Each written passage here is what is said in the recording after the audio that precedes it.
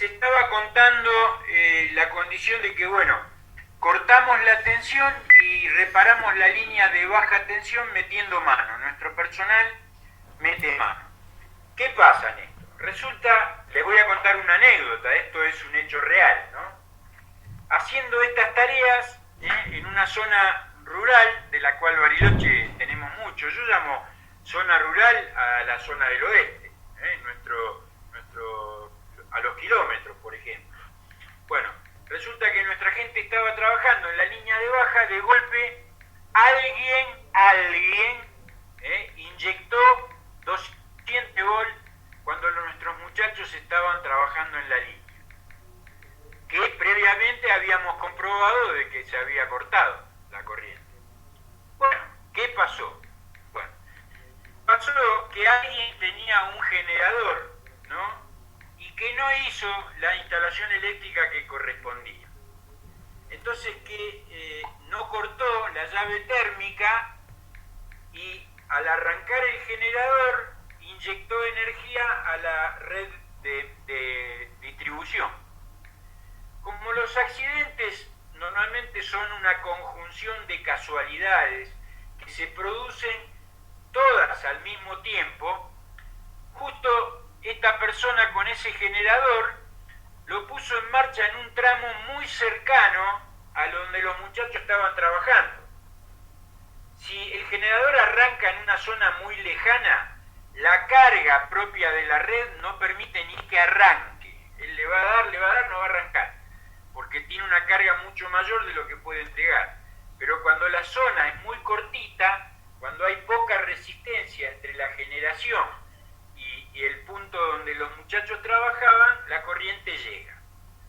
Producto de eso, ¿qué decimos? Bueno, el electricista hizo esto, por supuesto no lo hizo con ningún tipo de intención, pero sí lo hizo con omisiones que fueron muy, pero muy graves.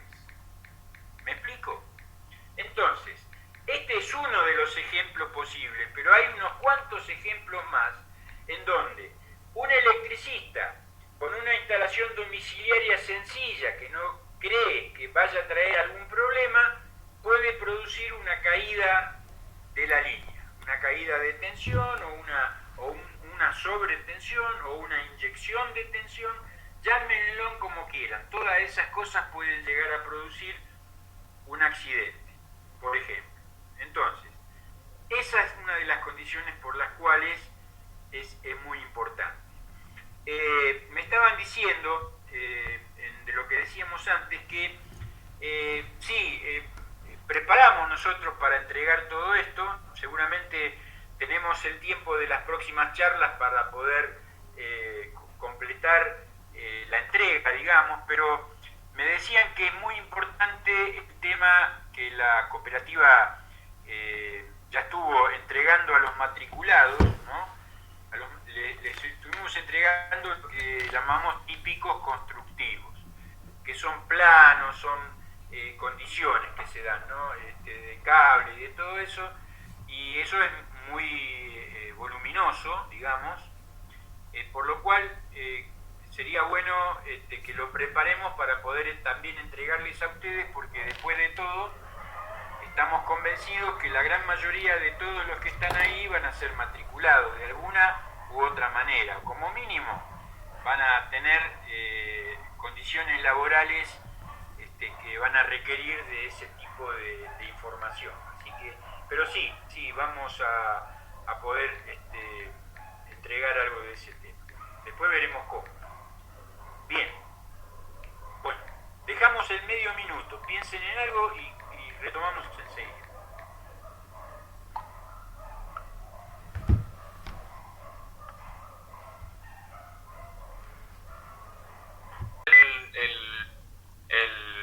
El circuito auxiliar que va a generar electricidad cuando no haya red, se tiene que aislar esa parte de la red para que no se inyecte energía a la red, ¿no?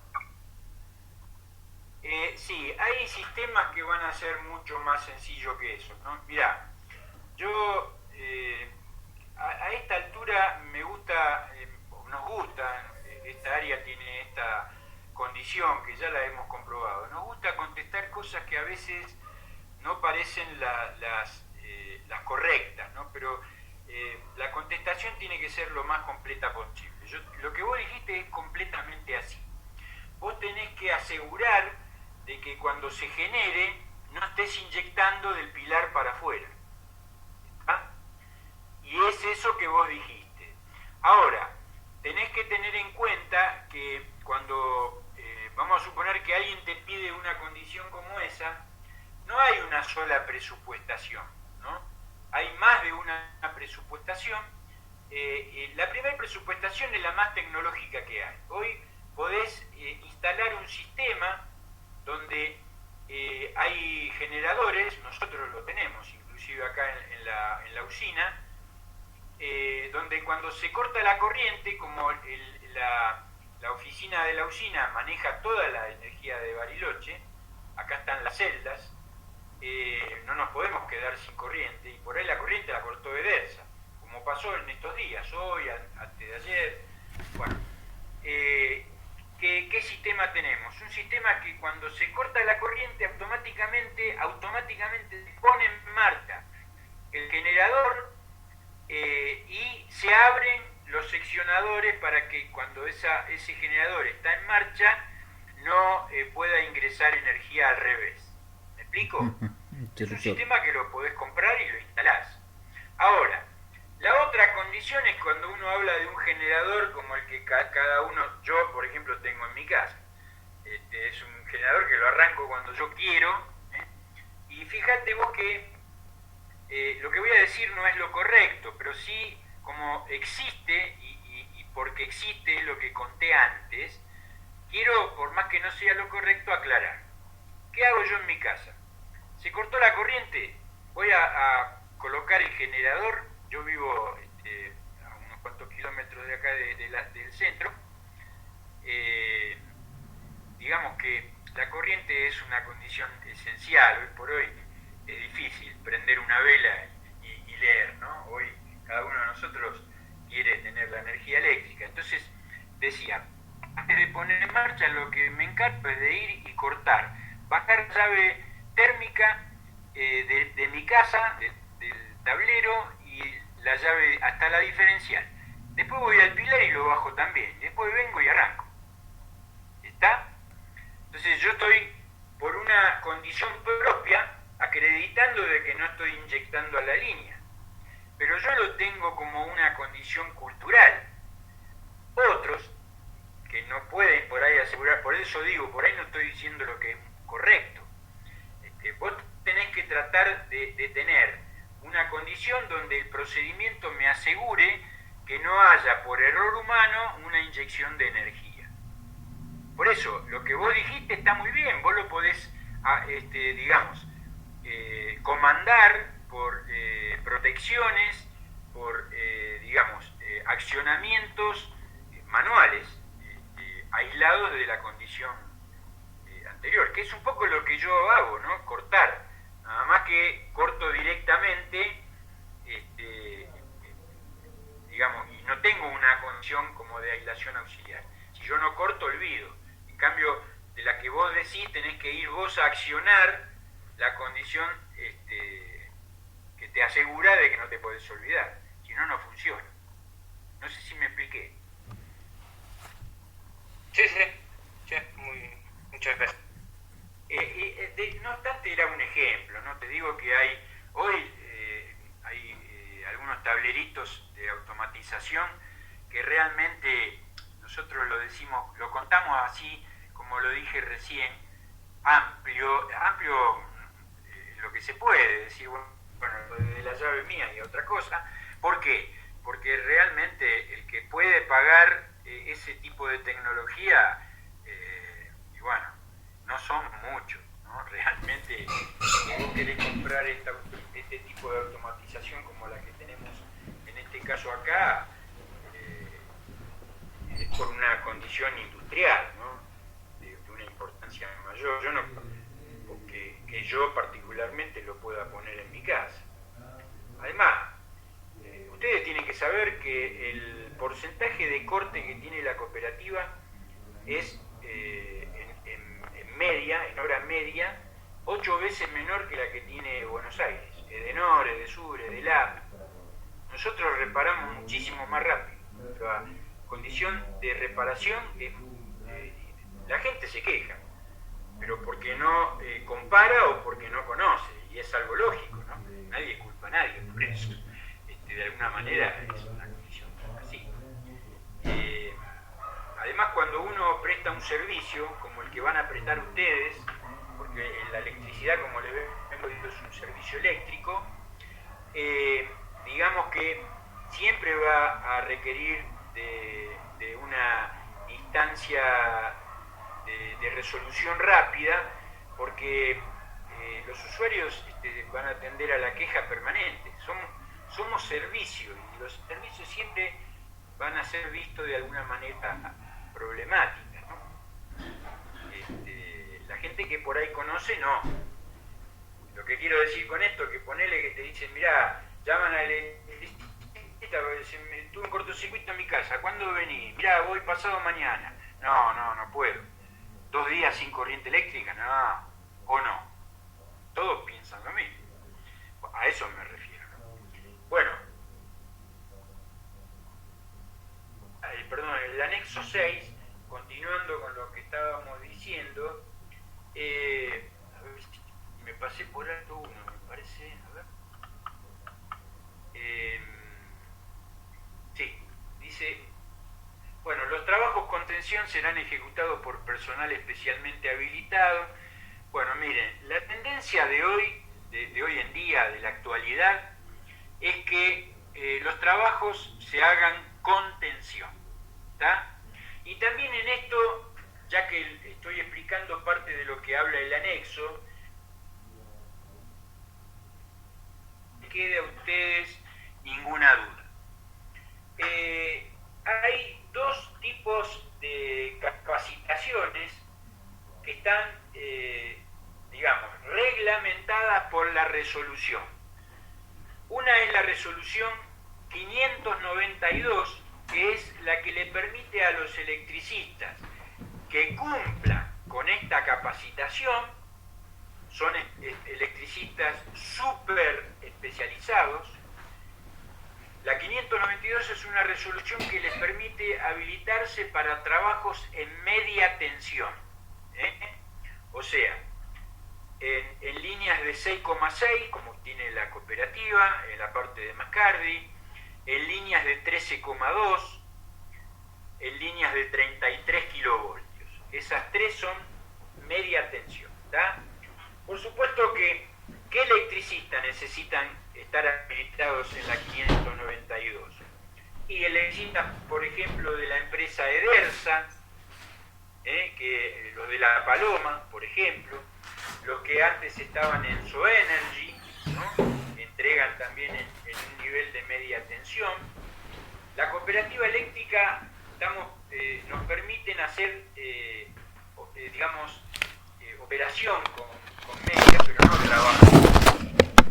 O sea, cualquier electricista o de una empresa que se dedique a media tensión. Digamos que es un electricista con una capacitación muy específica, ¿tá? Para baja tensión,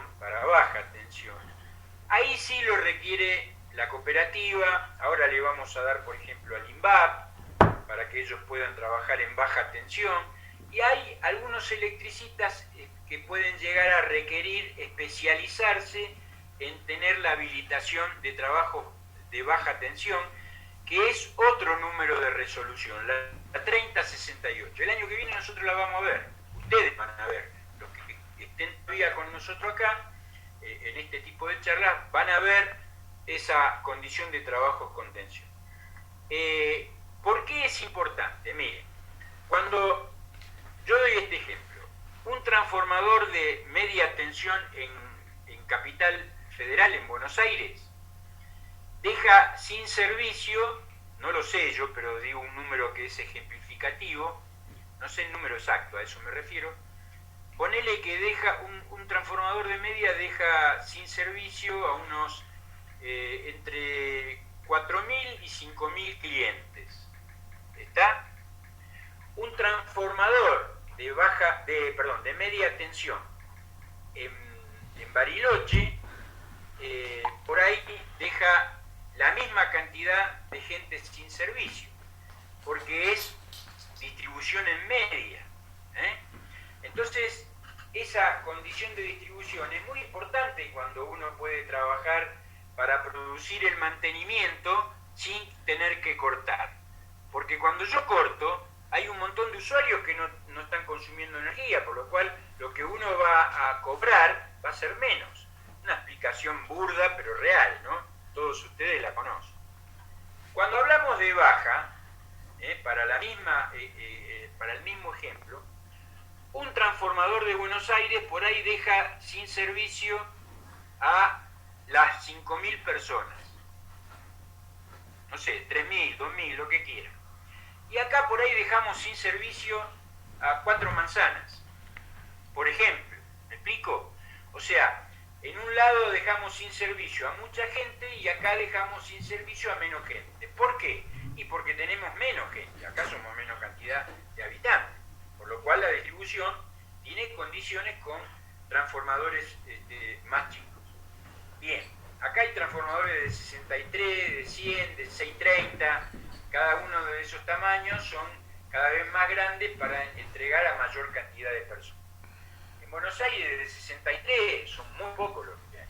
Acá son muchos, para un ejemplo, ¿no?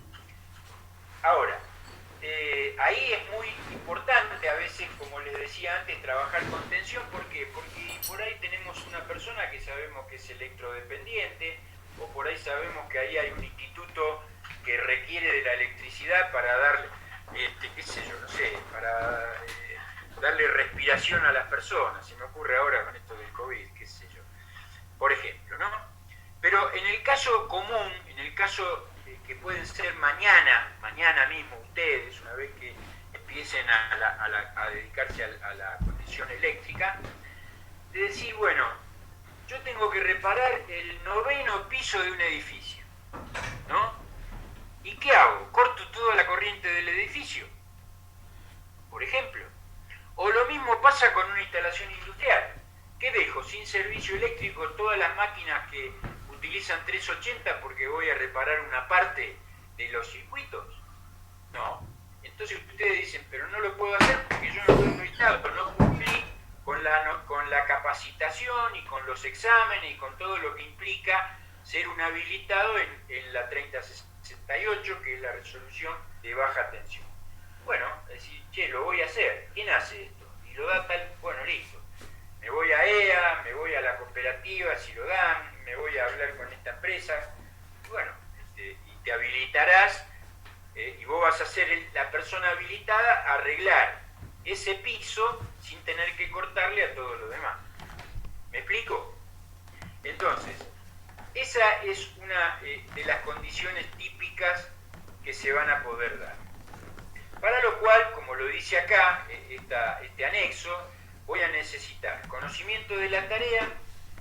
Conocimiento implica saber cómo trabajar, cómo conocer los riesgos a los que estamos expuestos, tener experiencia en trabajos de índole similar. ¿Qué significa? Tener experiencia eléctrica, no que ya voy a tener que trabajar con tensión porque ya trabajé antes. No, voy a trabajar con tensión cuando esté habilitado, pero voy a tener experiencia de trabajar en la condición eléctrica. El consentimiento propio, es decir, sí, acepto que esto tiene tensión y acepto trabajar igual porque yo tengo la habilitación. No es que podés estar obligado a trabajar con tensión, ¿tá? Tenés que tener tu propio consentimiento. Y la aptitud física y mental para el trabajo. Hay gente que jamás te va a trabajar con tensión porque es electricista, pero le tiene un miedo a la electricidad terrible. Yo conozco algunos. Y bueno, no está preparado mentalmente. Es una condición que se puede llegar a dar. Por suerte poco, pero se puede dar. Bien.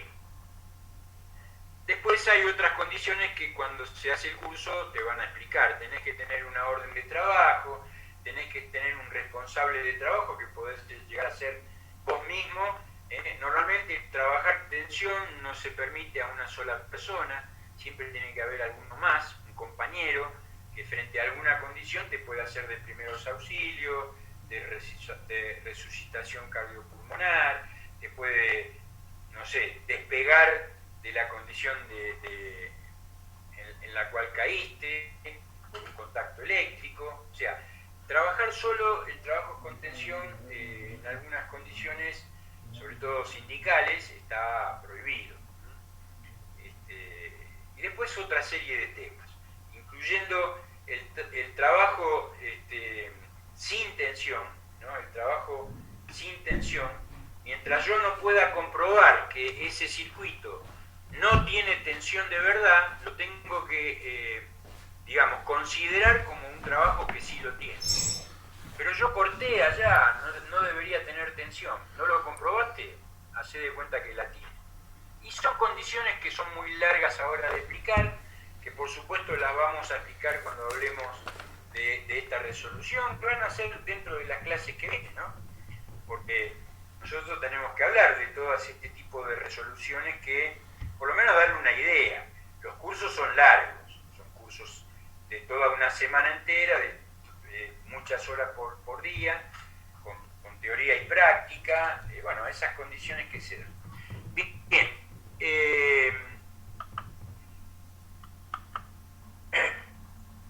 a ver, ahí estoy pasando. Bueno, acá va a hablar de los trabajos con tensión y sin tensión, va a ser parte de lo que les decía recién, cuáles son algunos de los procedimientos. Los procedimientos son cualquier tipo de tarea, me refiero a que una empresa lo hace igual a la otra, y hay otros que son por condición de tipo de tarea a realizar. Voy a buscar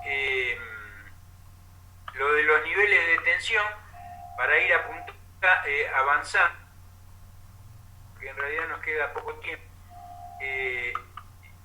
Y voy a apurarme un poquitito en tratar de encontrar, a ver con ustedes, lo de los trabajos con tensión. A ver, ¿dónde está esto? Claudio, no me está pasando, no sé qué está para... No me está pasando el PPT este. No me está... A ver ahí.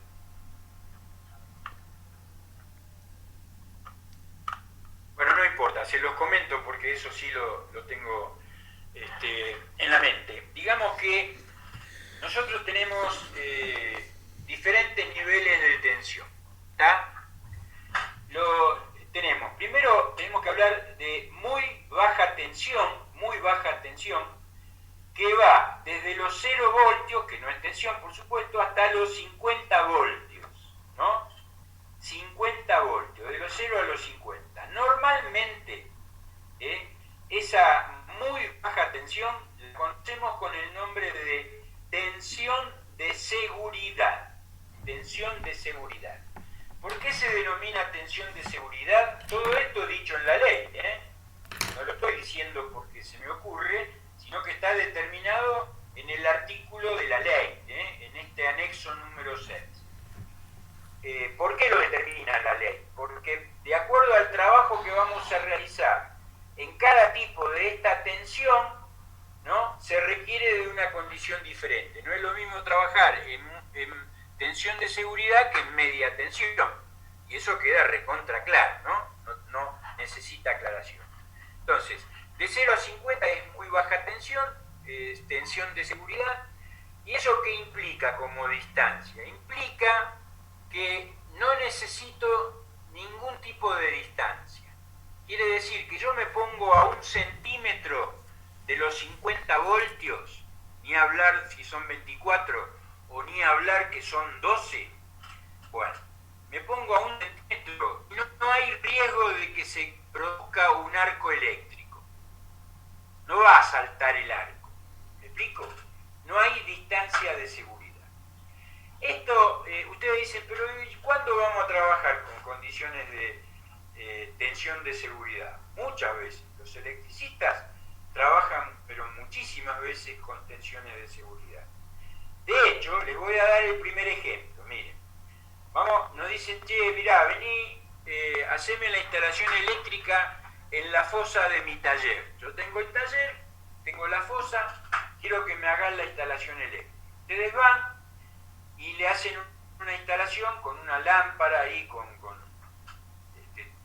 y resulta de que viene el inspector municipal, o peor, viene el de la Secretaría de Trabajo y comprueba que la lámpara funciona a 220 volts. ¿Está?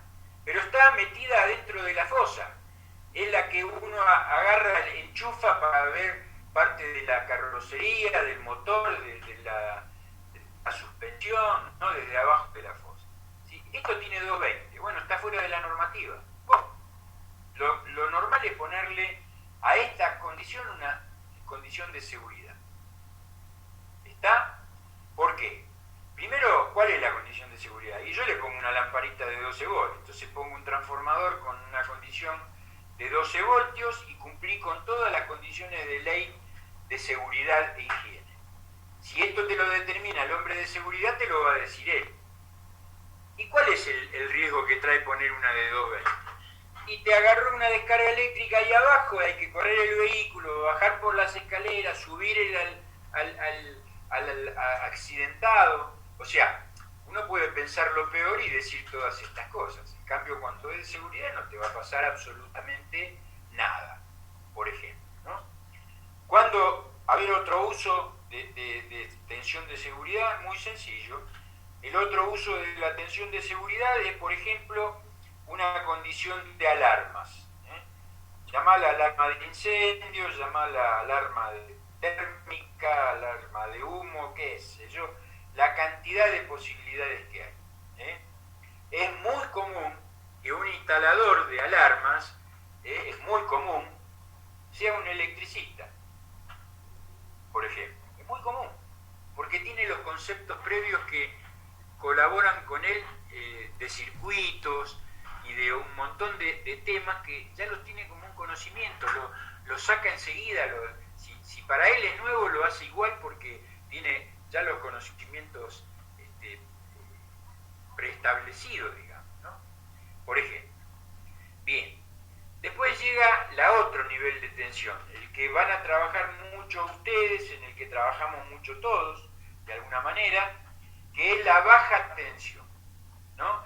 Que va entre los 50 voltios, 51, vamos a suponerlo, entre los 50 y los 1000 voltios.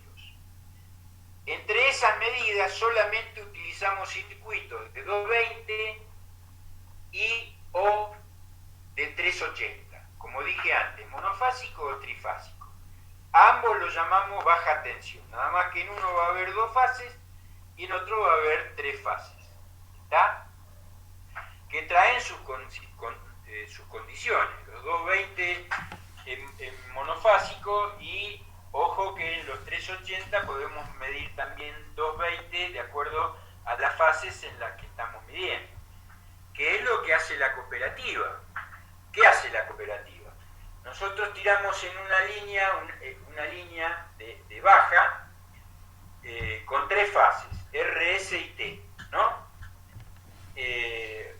La R, S y T, que es, de ahí saco la trifásica, pero cuando le va al cliente, no tomo, por ejemplo, a toda una cuadra de la misma fase R. Porque si yo tomo de una sola fase a toda la cuadra, voy a estar desbalanceando la condición. En vez de llevarme los 220, llegando 18, 15, y nosotros tenemos una medida que se llama justamente calidad, una medida de calidad. Si esa tensión llega muy baja, esto también lo hablamos siempre, si ustedes como electricistas lo llaman de un lugar y dicen, mira, yo en mi casa apenas prende y vos medís y la tensión que te llega es más baja que lo que la calidad de entrega te permite, tenés que venir a la cooperativa y decir, mira, hermano, acá tengo problemas, no me estás dando la energía que corresponde. Este nivel en 220 tiene un porcentaje que es urbano, en la parte urbana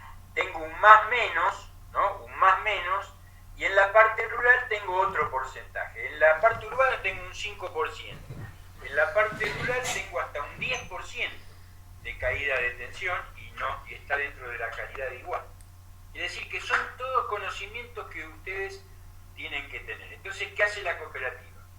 En una casa lo toma del R, a otra casa lo toma del S y a otra casa lo toma del T.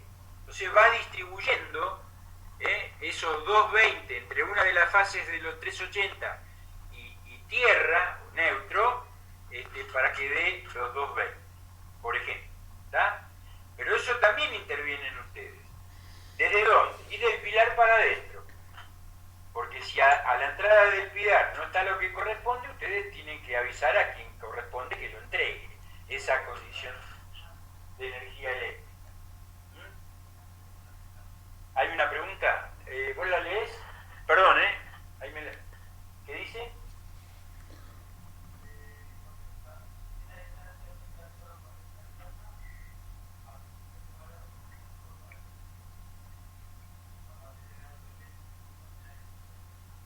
Sí, es una interesante pregunta.